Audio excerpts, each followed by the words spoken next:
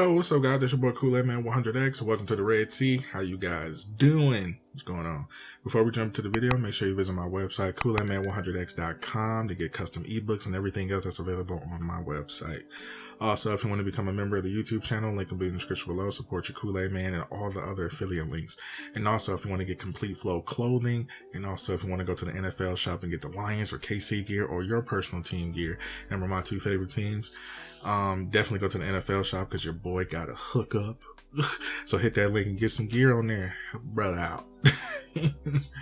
So we're going to be jumping into how to learn how to motion players. A lot of people don't know how to motion players. I thought this would be a great breakdown on how to motion players. So we're going to be coming out of the trips tight end. I think this is a great formation of motion players to give you an idea of how it works, and you're in the middle of the field. So make sure you respot the ball and give you a good synopsis about it.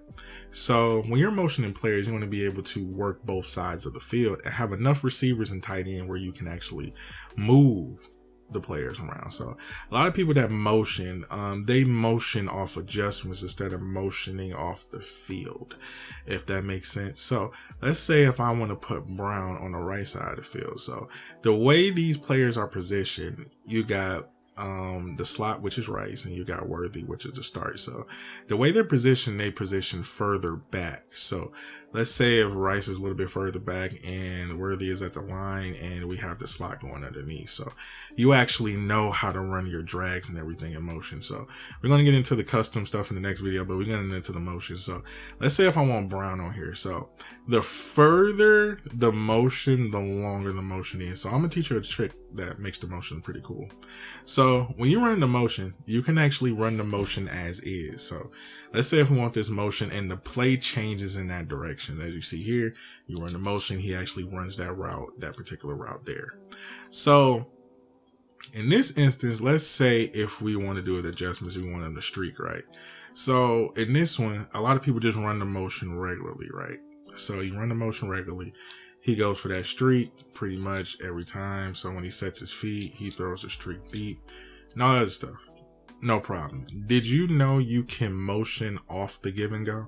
A lot of people don't know that. So let's say if you want to do an out route, right? You do an out route for circle. You know, you do the post route, out route, whatever you want to do. Totally up to you. I like corner, so let's just do corner. We motion him on the corner, right? If the play flips, you see how the play flips? It runs the corner on the other side. So in this instance, you can run that play as is. The play flips in that instance and you get the, the corner out there. Cool. But we want to run that play in motion. A lot of people don't know.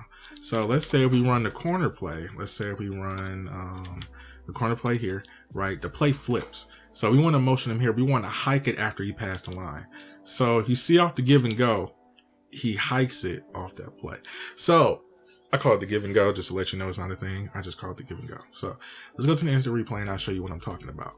A lot of people don't know this technique. Well, a lot of pros not going to tell you this. I found this out myself. So, and this is something you actually want to practice because sometimes it gets caught up. So when you're running the motion, you see how he judder steps and get an extra speed boost. So he running full speed in that route. So you see how he gets open even quicker. So they're not ready for that motion in the zone or man or whatever they're playing. They sit in that blitz. So now I got a quick throw here. So when you motion it and doing the give and go, now this could backfire. I'm telling you that right now. So let's say if you're doing the motioning, right? You're doing the motioning, you want him to run the streak, right?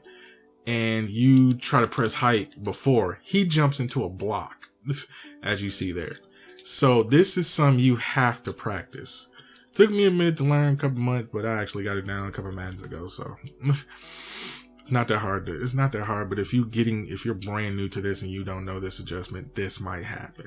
So let's say if you're trying to, I'm trying to hurry up and hike the ball. You hike it, but he jumps into a block. And now you're looking for the route over here and there's nothing there. So this is where it gets a little bit like, oh man, like, why is he blocking? Why is he blocking? Because you didn't let him run past the line fully.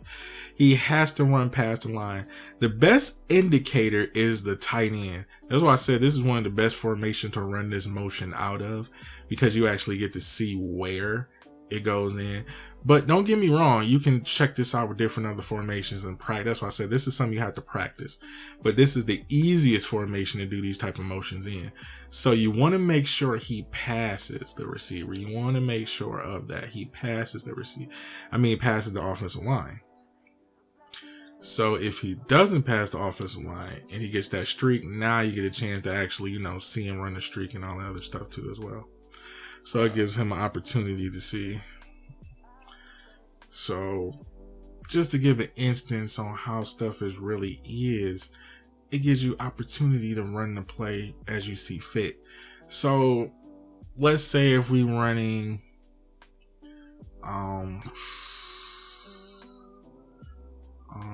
let's say we run bunch nasty. A lot of people run bunch. Everybody know bunch. It's pretty much the standard of anything. Bunch wide, all this stuff. So let's say if we run in a flanker, right? Run a flanker, and you see the motion is the same way.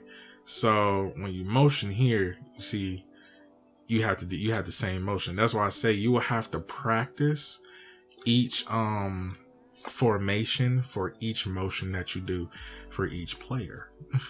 So this is just a quick tip to tell you guys how to motion out of different formations and give a practice thing for each motion that you do for each player. This is going for the tight ends, receivers, everything.